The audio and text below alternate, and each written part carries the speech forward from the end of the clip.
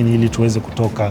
Hatutaki tubadilishe muonekano wa Masai moja kwa moja, lakini tuboreshe kwa namna nyingine ambavyo inaweza kaonekana kwenye ulimwengu wa corporate kwamba upo wa aina tofauti pia, lakini theme inabaki ile ile ya Masai.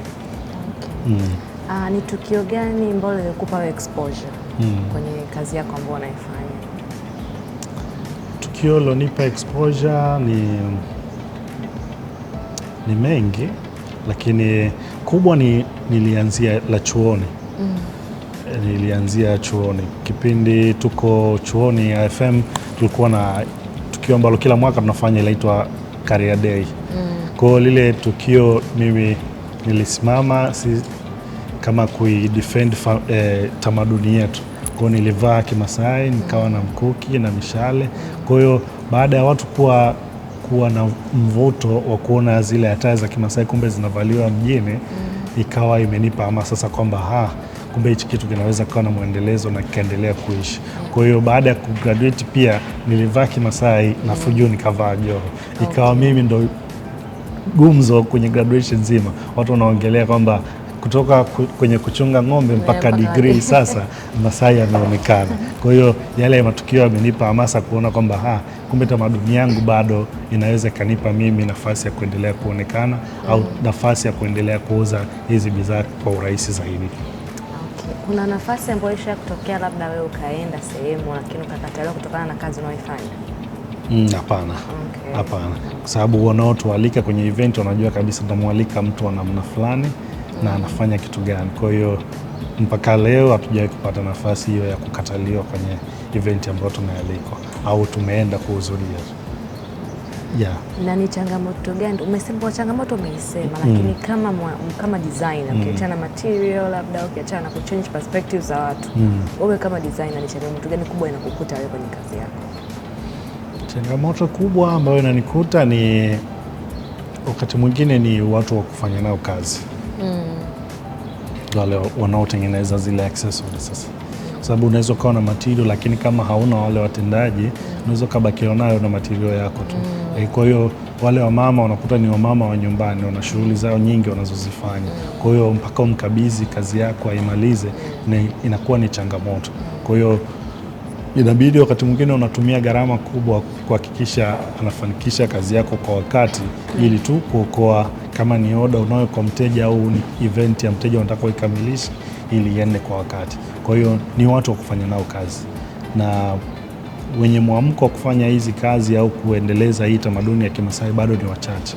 Kwa hiyo bado huwezi kusema kwamba tunaweza nikawa na kolabo ya watu wengi ambao tunafanya nao hizi kazi wakawa tukasaidiana kuinua hichi kitu. Wengine wana kuna utofauti wa designer na mtu anayeuza zile nguo. Wengi wanauza lakini sio madesigner wa. Kwa hiyo mimi najua tu zipo dukani, utachagua unachokitaka utaondoka. Lakini tofauti na sisi kwamba tutahitaji kukuonyesha kwamba kwa muonekano wako tunaweza tukakudesignia ikawa hivi na hivi na hivi. Kwa hiyo changamoto ni hiyo kubwa tu ya namna ya ufanyaji kazi. Huwa isha kutokea experience ya kwamba umeshatengeneza labda half of the nguo alafu mteja haja kumalizia hela and then inakuwa influence ile mteja kwa labda unaona kabisa labda mteja ana influence yake kupitia mimi naweza nikapata kitu ukamalizia hiyo nguo bila kumalizia hela. Ndio wakati bado brand ni ndogo tulikuwa tunafanya kazi zingine pia za bure wakati mwingine. Kwa hiyo kuna wakati unaweza kaona presenter fulani naweza nikamvalisha bure tu ili mimi nipate exposure kutoka sehemu nyingine. Atakaponitaja tu kwamba mimi nimedesigniwa na fulani inakuwa ni rahisi pia. Kwa hiyo kuna wengine unakuta hajamalizia hela lakini ili tu ile kazi itoke ikaonekane. Unaweza unaimalizia ile kazi na tunampa kilo safi. Unajua kabisa wewe kutoka ukaonekana na watu 200, 300 hautashindwa kusema kwamba designer ni design ni mtu fulani. Labda niwe tu nimekufanyia vibaya ile nguo siivae ile utanitaja kwa namna nyingine, lakini umeivaa tayari lazima utajua kabisa, lazima atanirifaa kwa mtu mwingine kwamba designer alinipa kuonekana hivi ni fulani. Na kwenye upande wa unajua kila mtu anafanya kazi huwa kuna sehemu inafika unaona kabisa okay, hii kazi ambayo nimeifanya maybe nimeanza kama fun lakini sasa nakoelekea it's something real. Yeah. Ni wakati gani uliona hii kazi ambayo unaifanya na kubadilika na kitu cha msingi kwenye maisha yako?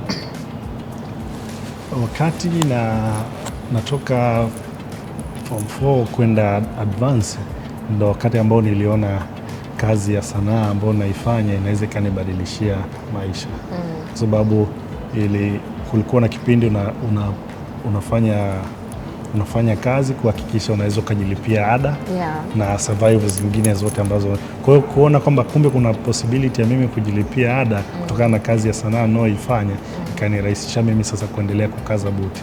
Kwa hiyo wakati nipo chuo na kuna marafiki zangu walikuwa wanasoma Algeria, nilikuwa na design nguo Tanzania na zisafirisha kwenda Algeria, wao wanaenda kuziuza chuoni. Kwa hiyo kuona kuna opportunity kama hiyo ikawa ni rahisi na mimi kuendelea kushikilia kile ambacho unachokifanya.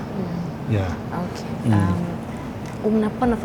Na unajua hizo platforms za TV, medias na nini, ukipewa nafasi ukitangaza labda nguo ya Kimasai, huwa nguo ya Kimasai ukiambiwa iseme kwa statement moja iweze kurepresent duniani, unaweza ukaisema statement gani?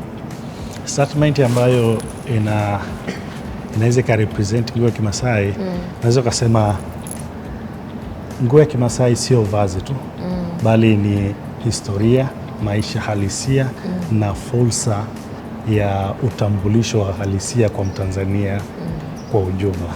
Kwa hiyo ni utambulisho wetu na ni heshima ambayo ipo ndani ya lile vazi la Kimasai. Na ukitaja jina lako labda ni 5, 10 years au even kukumbukwa kwenye historia ya fashion, ungetamani kukumbuka kama nani yani? Nikumbukwe kama mtu ambaye anaendelea kuipigania tamaduni ya Kimasai iendelee kuonekana ipo hai. Inafahamika lakini itambulike kwamba sio tu ni tamaduni iliyopo, bali ni tamaduni ambayo ni utambulisho na ina heshima kwa taifa letu.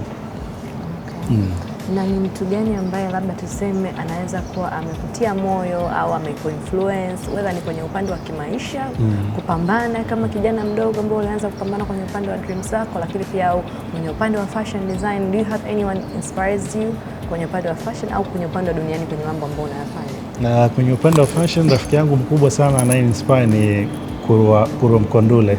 Okay. Kurwa Mkondule ni rafiki yangu, tulikuwa tumefahamiana kabla hata ya kuperform Swahili Fashion. Amekuwa ni rafiki yangu mpaka leo hii, ananifanya hichi, tunatembea hivi na hivi. Kwa hiyo amekuwa ni inspiration ambayo tunaifuata. Wengi tulikuwa tunawafahamu, kina Martin Kadinda walikuwa wanafuatilia, kina Mustafa Sanani, lakini kuja kupata mtu ambaye unatembea naye kiurahisi kama Kurwa, imekuwa ni rahisi pia mimi kuendelea kusurvive kwenye tasnia ya sanaa ya fashion. Yeah. Ni mtu gani mwenye influence kubwa, mwenye influence kwa watu, au ni mtu ambaye anafahamika ambaye bado hujafanya naye kazi lakini unatamani kufanya naye kazi? Aidha ni wawili, watatu, hata kama sio mmoja. Diamond Platnumz, kwa sababu mara zote ambazo Diamond anakuwa amevalishwa mavazi ya Kimasai wanakuwa wanakosea. Okay. Kwa mimi naumia kwamba aliyepewa kazi, kwa nini anamkosea mtu kama yule? Kwa nini amvalisha accessories za kike wakati za kiume zipo? Na kwa nini ammixie za Tanzania na za Kenya? Amchagulie moja. Kama amemvalisha accessories za Tanzania, amvalishe zote za Tanzania. Kama ni za Kenya, amvalishe zote ili aonekane ni Mmasai wa upande gani, au ni Mmasai, ni Samburu au ni nini. Kwa hiyo ipo siku nitafanya naye kazi, huenda akajua thamani ya kile anachokifanya, kwa sababu huwa ni mtu ambaye anaipenda tamaduni ya Kimasai. Amevaa zaidi ya mara moja zile accessories za Kimasai. Yeah. Swala la kufungia, tukikutana let's say 5-10 years to come, unataka brand yako iwe imefikia wapi? Kila mtu mwenye brand anatamani brand yake isimame juu. Na sio tu sitamani tu isimame ionekane ni kubwa, lakini iwe na impact kwa jamii.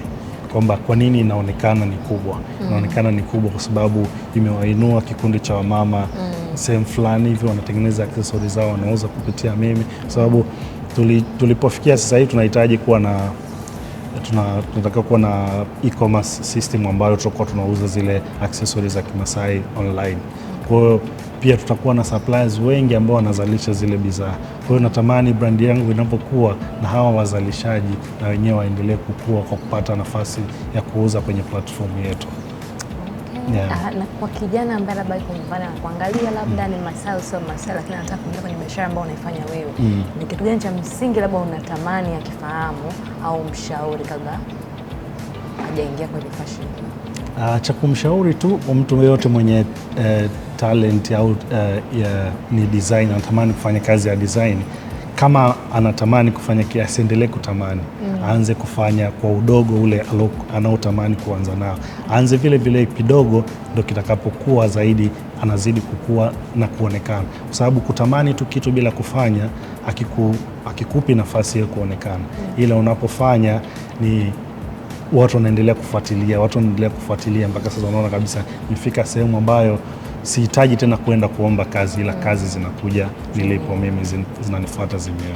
Kwa hiyo aanze tu, yeyote anayetamani kufanya kitu aanze. Changamoto zipo na hazifanani. Changamoto nitakazopitia mimi na nitakazopitia mtu mwingine ni tofauti. Na uzuri wa kazi ya sanaa, hata tukipewa room moja wote tu design nguo moja, kuna mmoja itakuwa na utofauti ambao kila mmoja anao. Kwa hiyo kazi yako itakuwa ni ya tofauti na kazi ya mtu mwingine. Kwa hiyo asiwe na hofu, aamue kufanya, inawezekana kufanya. Okay, so kwa mtu ambaye anafanya kazi na wewe, anawezaje kukupata kupitia Instagram na simu? Angetamani kufahamu labda au anakupataje? Instagram tunatumia jina la TL7 Masai Art Gallery. Hiyo ndio utakuta page yetu iko pale, utaona product ambazo tulizonazo pale, na mawasiliano yetu pia yako pale, au kwa mawasiliano anaweza katupigia simu 0782393004. Hiyo anaweza katupata muda wote na tukafanya naye kazi. Okay, so thank you so much for coming in hapa Fashionista, na I hope tumejifunza mimi pamoja na watazamaji wangu vingi sana when it comes to fashion ya Wamasai, lakini pia unaweza kupita kwenye page yake kujifunza zaidi au kupurchase vitu ambavyo anafanya. So thank you so much kwa kuja. Watazamaji wangu, let's go a short break, when we back tunaenda kwenye Fashionista on site, na unataka nini, unataka kujua ni kitu gani tumeendelea siku leo, stick around and see you baada ya short break.